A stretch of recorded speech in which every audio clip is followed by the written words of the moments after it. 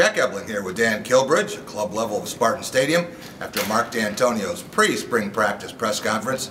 A lot to talk about, Dan, and a lot of player moves to go over.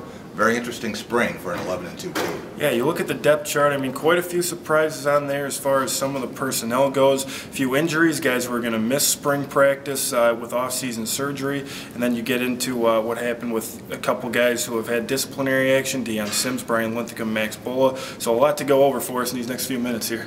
Well, let's start with that, because a lot of people very curious what was going to happen with Linthicum, with Bulla, both of whom project as possible starters. And Deion Sims also back in the fold.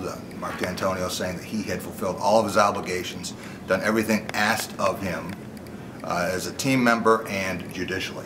Yeah, said he had a very good year in the classroom and that he is back on the team for now and will be participating in spring practice. Then you look at Max Bulla and Brian Linthicum. They're buried on the depth chart now, both last in their respective positions, but they have fulfilled some internal responsibilities. They've been disciplined internally, and they will also miss the first 2 spring practices for the incident in Colorado, but sounds like other than that it's not going to be any sort of long-term thing that's going to hold them back.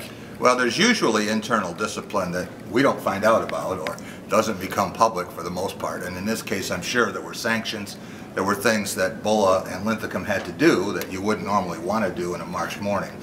Yeah, I mean, you think about all the, probably a lot of mornings they put in and running and things that, you know, I wouldn't want to do, and certainly encourage to those guys to look at some of the decisions they made down the road. And I think, you know, they're on that kind of tightrope now where they need to make good decisions moving forward, have a very short leash, and Dantonio, I'm sure, will keep reminding them of that, and it's something they have to be constantly aware of. Mark Dantonio said that they want people to remember the good things from last year, the fact that this was an 11-1 Big Ten co-champion heading into the bowl game, but also realize how far this team still has to go. And he liked the season, he didn't like the losses. Yeah, that's what he said. I mean, you look at the 2 losses, they were blown out, they weren't close, and that's got to stick out. And as he said, you know, maybe the question was still out there if Michigan State should have played for the Rose Bowl, and he said their performance in the Capital One Bowl certainly doesn't warrant that question. So he knows where this team's at. They've made progress these past few years. Now it's about taking the next step, getting to compete with those top-tier teams at the elite level and showing up game in and game out. Mark Dantonio talked about the importance of spring practice as an evaluation tool. And between the winter conditioning and the summer conditioning, it's a form of evaluation. What do you think are going to be the most important areas for this team in terms of sorting through the puzzle pieces and getting ready for 2011? I think the offensive line is the most important with this team. I mean, I think that was a big reason for their improvement last year. They had good continuity on the offensive line, a lot of guys really in sync with one another and not a lot of rotating going on. Now you look at the offensive line, I mean, it's really scrambled. You got 4 guys listed as possible starting centers. You've got redshirt freshman Skylar Schaffner at right tackle, Jared McGaha at left tackle, a lot of different places where guys could move up or down, and I think this spring and these 15 practices is going to be really key to determining who's going to start on the offensive line here moving forward. Joel Foreman is not going to participate in spring. He had the wrist surgery, and Chris McDonald seems solid at the other guard position. But as you say, center and the 2 tackle spots wide open. It'll be very interesting to see how Blake Treadwell does, because he was certainly a serviceable defensive lineman. And it shows that they've made some progress. As he said, we're basically a sophomore, freshman team right now, and the fact that they have more players available, they may not have been able to make these experiments a year ago. Yeah, exactly, and they're not permanent situations here. I mean, if Treadwell doesn't earn his way into the starting center role, he can easily move back to defense, and then some of those other guys, if they don't earn the center role, they can switch to guard. So they do have a lot of wiggle room right now, and that's what Dantonio said spring football is all about. It's about experimenting, finding where guys work, where they won't work, and kind of getting yourself adjusted. I think there's going to be a lot of evaluation in these next couple weeks as far as where to put certain guys, and it's really going to make a difference when you look ahead to next fall.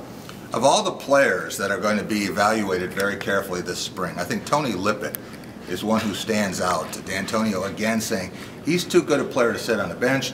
If he can't be on the field on offense for 40 or 50 plays, then they're going to have to find a place for him on defense. And maybe he comes into the secondary and really strengthens that. Yeah, he could. I mean, they're going to start him at defense, and there's all sorts of guys in the secondary, young guys who are really close. I don't think there's a lot of space separating anyone in the secondary, and they'll try Lippett there first. Could move him to wide receiver, but they're very deep there already, and I think, you're right, the fact that he is so talented to play either side, he's going to be maybe the #1 guy to watch this spring. I think it's important not just to have guys who are playing, but have guys who are ready to play. Michigan State hasn't always done that at the quarterback position. Dantonio said, of course, Andrew Maxwell backing up Kirk Cousins, and he also talked about Keith Nickel and his role possibly as a situational quarterback in addition to being a key receiver. Yeah, a lot of guys they could do that with. I mean, Nickel obviously has the experience. You saw him in the Capital One Bowl last year. He looked pretty good for a guy who hadn't played quarterback in almost a year. Then they've got Tony Lippett, as we mentioned. He was a quarterback in high school, so he can do some things. And then you got to look at Keyshawn Martin, too, and what he's able to do. So if MSU wants to, I think new offensive coordinator Dan Rochar is really going to be able to open up the playbook, and that's something they'll start to do this spring.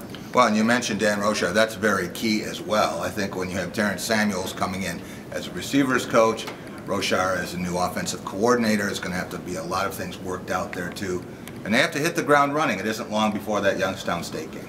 Exactly, and I think the coaching staff, there shouldn't be much of a transition period. I mean, Samuel's transition has been pretty smooth getting in there. Rochar obviously familiar with the staff. I think it'll be a pretty smooth transition, all things considered.